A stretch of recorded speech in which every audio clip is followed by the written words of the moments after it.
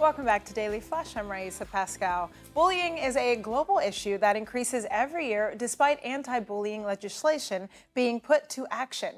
Dr. Fazio, author of Bullyproof, is here with us to share how the principles in his book can be applied to many scenarios. Through his book, Dr. Fazio approaches the topic of bullying from a psychological standpoint, and he shares how to win when interacting with alpha personalities. Dr. Fazio, welcome to the show. Thanks for having me on, Riesa. I'm glad to be able to discuss this really important topic. What have you found to be the most common cause of bullying? I know sometimes there's a stereotype, it's just, bigger kids beating up smaller kids, but it goes a lot deeper than that, doesn't it?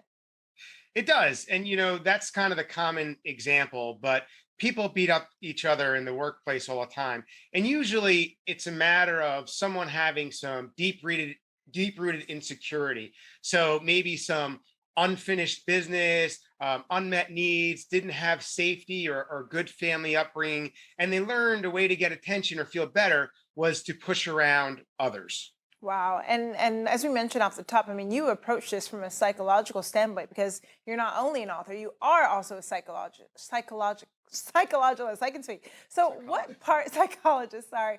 What part does the brain play in bullying? Clearly my brain's off today, but can you share what the brain plays in bullying? Yeah, so our brains are need to have shortcuts, and it's very easy for us to get triggered, which is the emotional part of the brain when you think back to things such as fight or flight back in the days.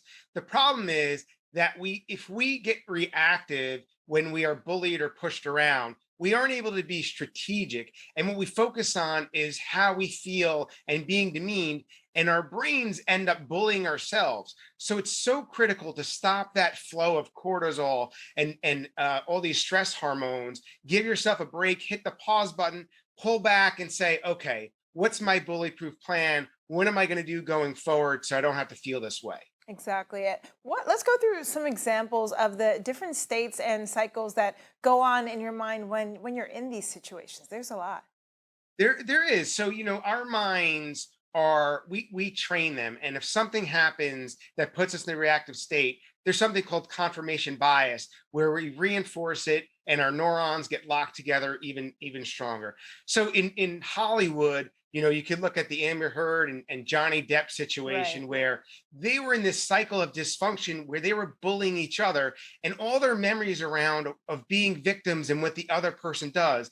And once you get stuck in that space and you're locked in, you're not able to think rationally or actually able to be with someone and try to problem solve. And it just creates more and more dysfunction. Which leads to the most important question is how do we break this cycle? Is it even possible?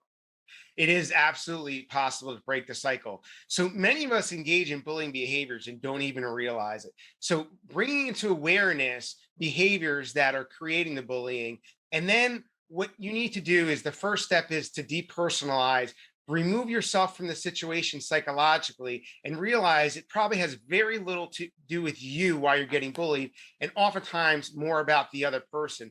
And the second step is the most controversial: empathize with the bully. We have to change the pattern of either attack or avoidance when interacting with a bully. Dr. Fazio, I want to make sure we don't give too much away. We want them to make sure they read your book as well. Where can we go for more information? Go to getbullyproof.com. There's all sorts of resources. Excellent. Dr. Fazio, thank you. We appreciate our time with you.